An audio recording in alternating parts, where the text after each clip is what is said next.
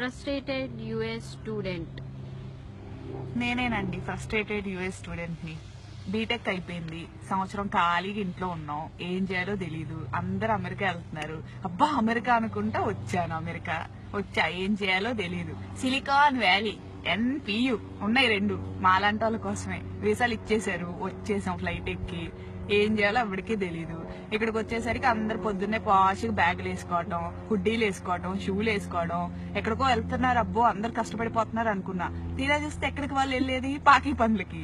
ఇల్లు కడగటం, పిల్లలకి స్నానాలు చేయించడం, అన్నాలు పెట్టడం, ఇవే వాళ్ళు చేసే పనులు. వచ్చేస్తారు మళ్ళీ పాష్గా అదే బ్యాగులు. బస్సులో వస్తారు, కొంతమంది కార్లలో వస్తారు, నెలకి 2000 సంపాదిస్తారు. అయిపోయింది, వస్తారు, ఇంటికి వస్తారు, వండుకుంటారు, తింటారు, పడుకుంటారు. ఇక్కడ ఇల్లు చెప్పలేనంత కాస్ట్లీ, ఒక్కొక్కటి 3000 రెంట్. కట్టుకోలేరు. ఏం చేస్తారు, గొర్రెల్లాగా ఒక్కొక్క రూముల్లో 7, ఇల్లు మొత్తం 15 మంది ఉంటారు. సో 300 కట్టుకుంటారు. అంతమంది ఉంటే ఇల్లు క్లీన్ గా ఉంటదా? ఉండదు. బగ్గులు అంటాయి, అయ్యో కొత్త రకమైన పురుగులు ఇక్కడ వస్తాయి, బగ్గులు వస్తాయి.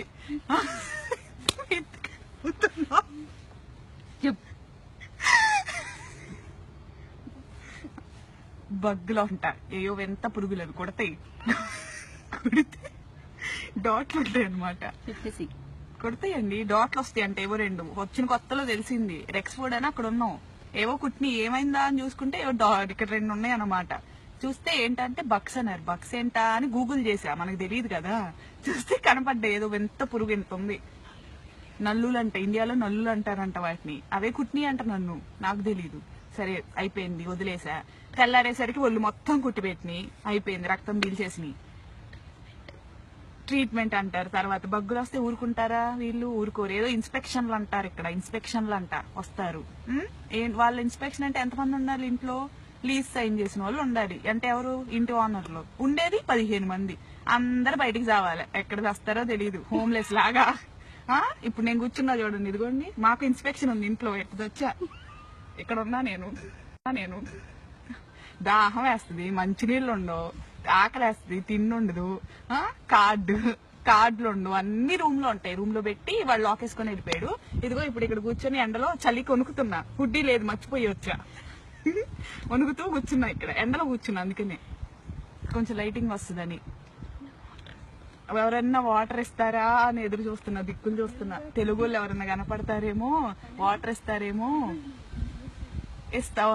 ఇస్తారేమో అని చూస్తున్నా. ఎవడో కనిపించట్లా, అందరు ఇళ్లలో రూమ్ లో లాక్ వేసుకొని కూర్చున్నారు. సాయంత్రం దాకా ఇక్కడే చావాలండి, 4:30 దాకా. ఒక్కరోజు దొరుకుద్ది. నేను పాకి జాబే చేస్తున్నా, ఒక్క జాబు దొరుకుద్ది హాలిడే ఇంట్లో కూర్చోడానికి. అది లేదు. ఇదిగో ఇక్కడే దిక్కుమాలిన స్థితి. ఇక్కడ తెచ్చా నేను, చూడండి, ఇలాంటి స్థితిలో ఉన్నా నేను. ఎవరు వద్దండి, అమెరికా వద్దు, ఏమొద్దు, ఇండియాలో ఉండండి, హాయిగా బతకండి ఇండియాలో. ఇదే నా కంక్లూషన్. సెలవు.